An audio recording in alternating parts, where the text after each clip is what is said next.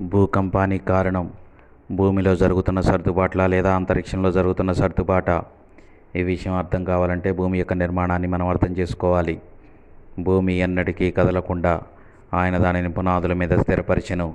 అగాధ జలములను వస్త్రం వలె కప్పెనని బైబిల్ గ్రంథంలో రాయబడి ఉంది. నిశ్చలములై భూమికి పునాదులుగా ఉన్న పర్వతములారా అని దేవుడు సంబోధిస్తూ ఉన్నాడు. భూమి యొక్క స్తంభములు యెహోవా వశం, లోకములను దాని మీద నిలిపి ఉన్నాడు.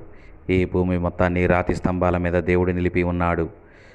భూమిని తన స్థానంలోంచి కదిలించువాడు ఆయనే, దాని స్తంభములు అదరజేయువాడు ఆయనే అని బైబిల్ గ్రంథంలో తెలియజేస్తూ ఉంది.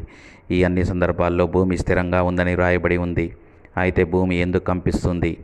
ఈ అంతరిక్షానికి భూమి మీద పునాది ఉందని దేవుడు తెలియజేస్తూ ఉన్నాడు. ఆకాశ మండలమునకు భూమి యందు పునాదులు వేయువాడు ఆయనే.